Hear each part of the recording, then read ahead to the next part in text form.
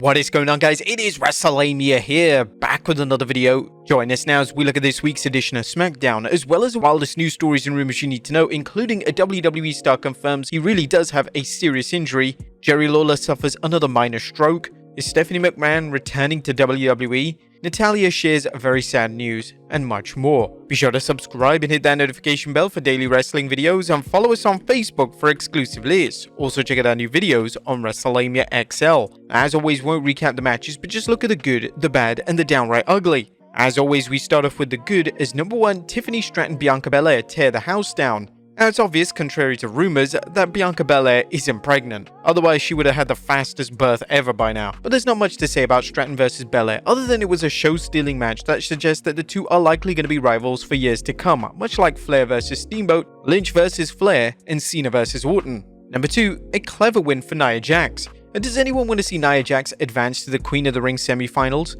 Perhaps not, but the WWE clearly wanted to save Bianca Belair versus Jade Cargill for later, much as he did by making sure Ilya Dragunov didn't win his King of the Ring match on Raw and head to face Gunther. Having Jax win the match by getting under Cargill's skin and egging her on into a DQ was a clever way for Jax to win without Jade counting the lights. She may have looked foolish for falling into Jax's trap, but Cargill's inexperience made this plot point work. Number 3, LA Knight Logan Paul tease. LA Knight fans are understandably upset that he lost his King of the Ring match last night, but the WWE protected him in the loss thanks to the usual bloodline interference. Knight didn't slow up on promos either, as he mocked Carmelo Hayes after Hayes boasted of being a first-round draft pick. Knight's quiet confrontation with Logan Paul backstage was also a good tease for what could be a fantastic match this summer.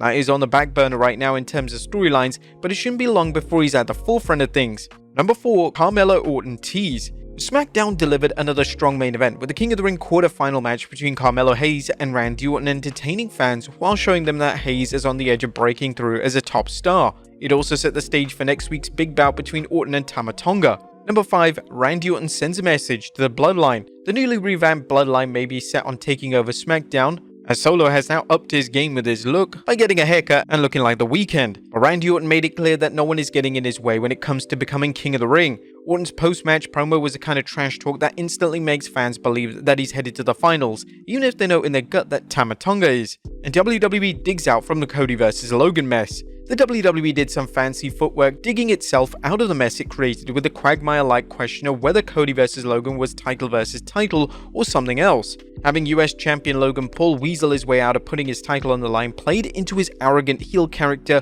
while making this match a match only for the Undisputed Championship. Cody even put SmackDown general manager Nick Aldis over by telling the fans he's seen what happens when Aldis gets angry and that he was going to settle the matter. This kept Aldis looking strong rather than having him cave into Paul's last-minute shenanigans. Rhodes calling Paul a walking hat rack and avoiding Logan's sneak attack made Cody look strong, making this one of the best contract signings in some time. But that was the good. What about the bad? Is number 1, AJ Styles' boring angle. Last night's segment with AJ Styles, it looks like the WWE has zero idea what to do with him following his heel turn last fall and subsequent loss to Cody Rhodes at Backlash France. Whenever a wrestler seems conflicted, it rarely leads to anything good, and it appears as if the WWE is considering repackaging Styles. Rather than wasting the fans' time with another turn, just give the man a good storyline. That's all he needs. Number 2, Tama Tonga Thornberry. Is Tama Tonga a missing member of the Wild Thornberrys? How else to explain the Donny Thornberry-like noises he made backstage on Smackdown? Or maybe it was even Beavis from Beavis and Butthead.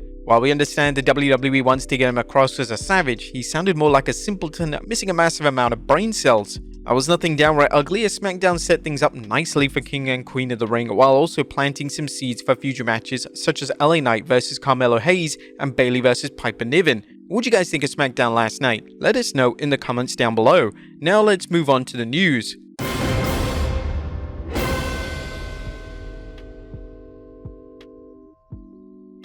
Our first story looks at QR codes continuing to creep out fans. On top of today's news is the latest QR codes hinting at Uncle Howdy's return. Fans tuning into SmackDown quickly scanned the QR code and began their best to decipher the various hints about Uncle Howdy and his rumored eerie entourage. Ringside News analyzed the various clues from this latest video, saying, however, the intriguing part came at the end of the video when a date title was flashed amidst the glitches. Interestingly, this was the same date WWE aired one of Bo Dallas's Bo Lee vignettes on their programming a decade ago to promote his main roster debut. Bo Dallas is believed to have played Uncle Howdy before, and many fans believe Uncle Howdy is returning soon to lead a group of wrestlers, perhaps to be called the Wyatt Six, in a campaign against the WWE's various superstars. Expectations are growing, especially as the WWE has hinted that one or more members of the group will debut at King and Queen of the Ring. Next up, a WWE star confirms he has a serious injury. Now, is Raw superstar Ivar injured, or has he been given time off with a worked injury? And despite a previous report that the Viking Raider wasn't injured, the big man himself recently tweeted an update that should cast aside any doubts about his physical status.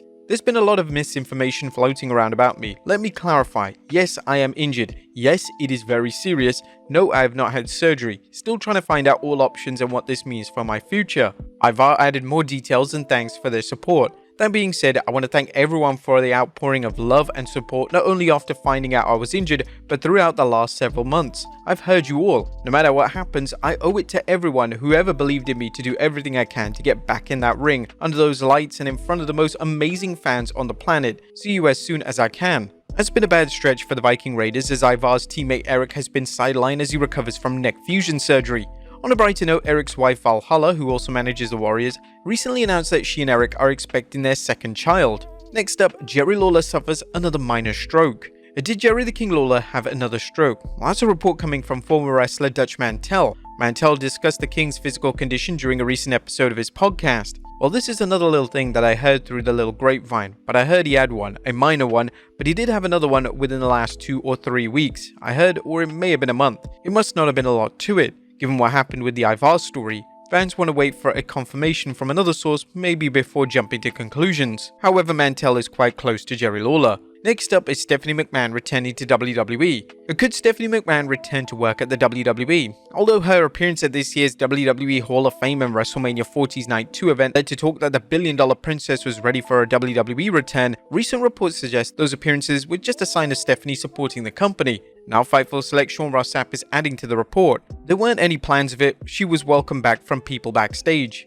Stephanie McMahon's work in the WWE is often been praised, so it would seem like TKO Holdings would welcome her back if she decided to. Would you guys like to see her working in WWE again? Let us know in the comments down below. Next up, Rey Mysterio knows when it's time to retire. Is Hall of Famer Rey Mysterio ready to retire? While the Master of the 619 has discussed retirement plans before, quite a lot of times actually, he hasn't set a date or age limit, unlike John Cena, who said he plans to retire before he hits the age of 50. Nonetheless, Mysterio shared his take on things when he felt it's a time to hang up his boots. During an interview with Quinton Rampage Jackson, Mysterio revealed, "Every night, even when it's non-televised, I still get that jittering feeling like, shit, I don't want to F up. If I want to make sure everything comes out right, I will always tell myself the day I no longer feel that, that's the time to tap out." Retirement is a tough situation for wrestlers and fans. The allure of the spotlight is undeniable, and some wrestlers have likened it to an addiction. Many wrestling fans don't want to see their favorite performers end their careers, but they also don't want to see them embarrass themselves. What do you guys think of Rey's approach to knowing when it's time to retire?